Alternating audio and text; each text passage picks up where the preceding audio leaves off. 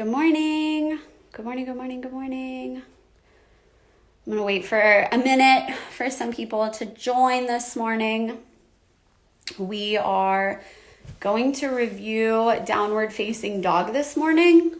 Some things that I commonly see in classes and just some correct form items for my body this morning, which will be my husband, Gabe.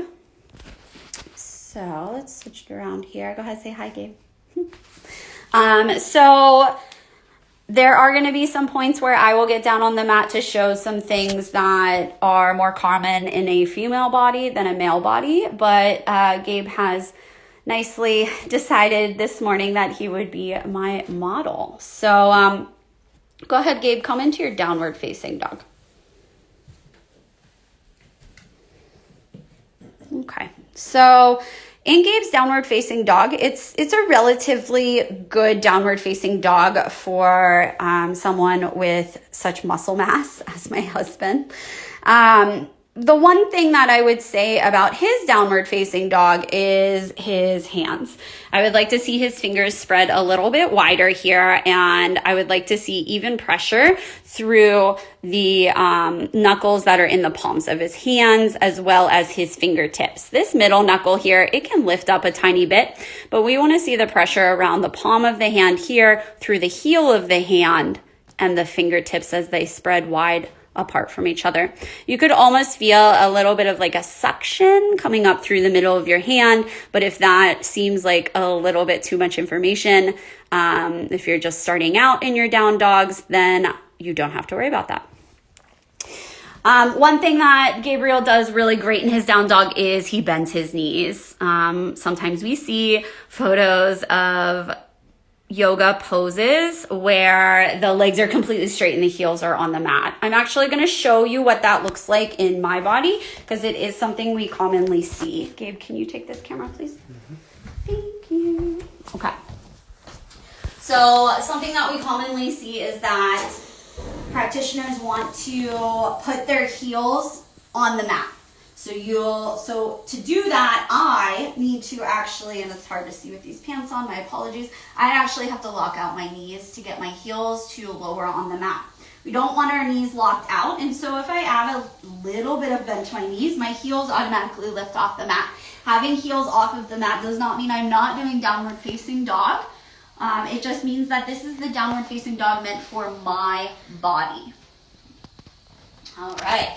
So now I'm going to show you some other forms of down dog that are common that we see.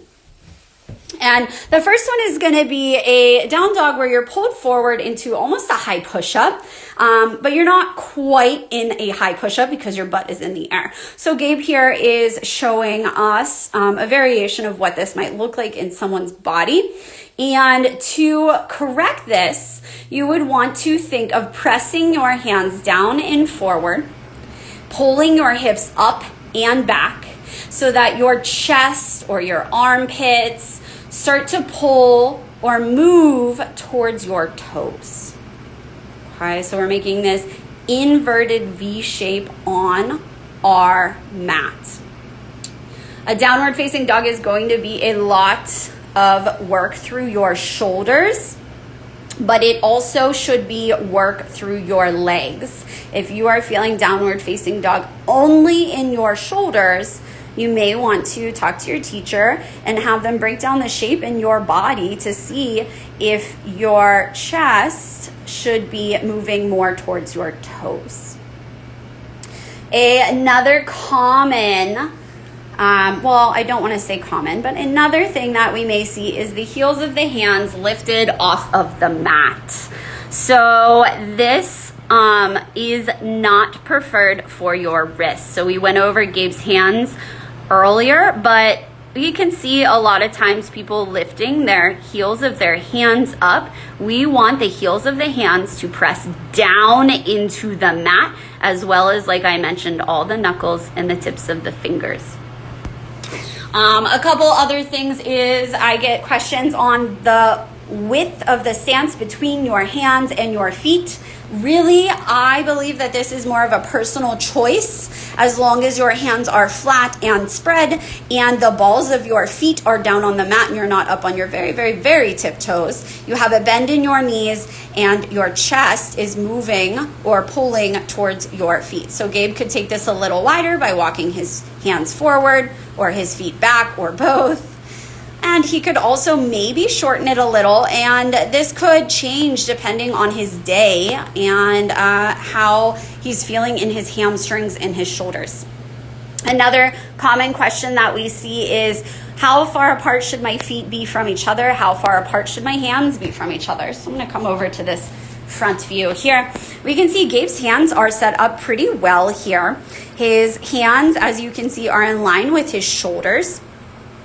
If you have slight wrist pain or shoulder pain, something that you can do to modify or assist with that is turning your hands slightly out. Yep. So we sometimes cue that the middle fingers of your hands should point forward. Know that your hands can also go slightly out. You don't want your hands to point in, okay, to turn inwards. So they will only be middle fingers forward or hands slightly out. We don't want Gabe to bring his hands together when he's in downward facing dog, or especially not on top of each other, but even together, narrower than your shoulders. You could take your hands a little bit wider than your shoulders if you'd like.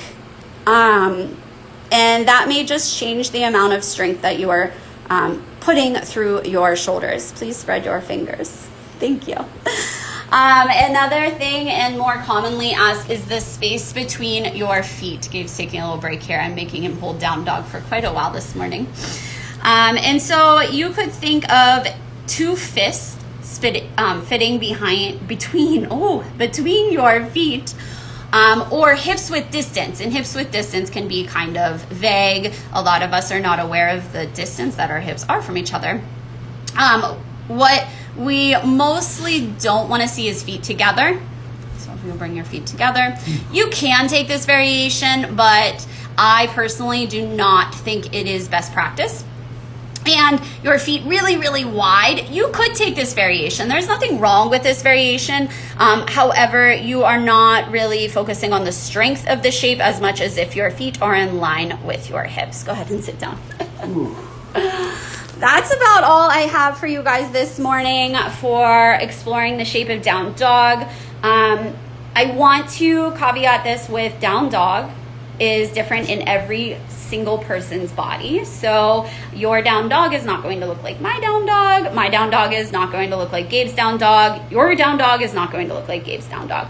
And that if you have questions on down dog in your body, send us a message. I'm happy to jump on FaceTime or Zoom with you, check out your form in downward facing dog, and we can work together to find a down dog that works best for your body. I will see you guys all later. Enjoy the rest of your Thursday. Thanks for tuning in this morning.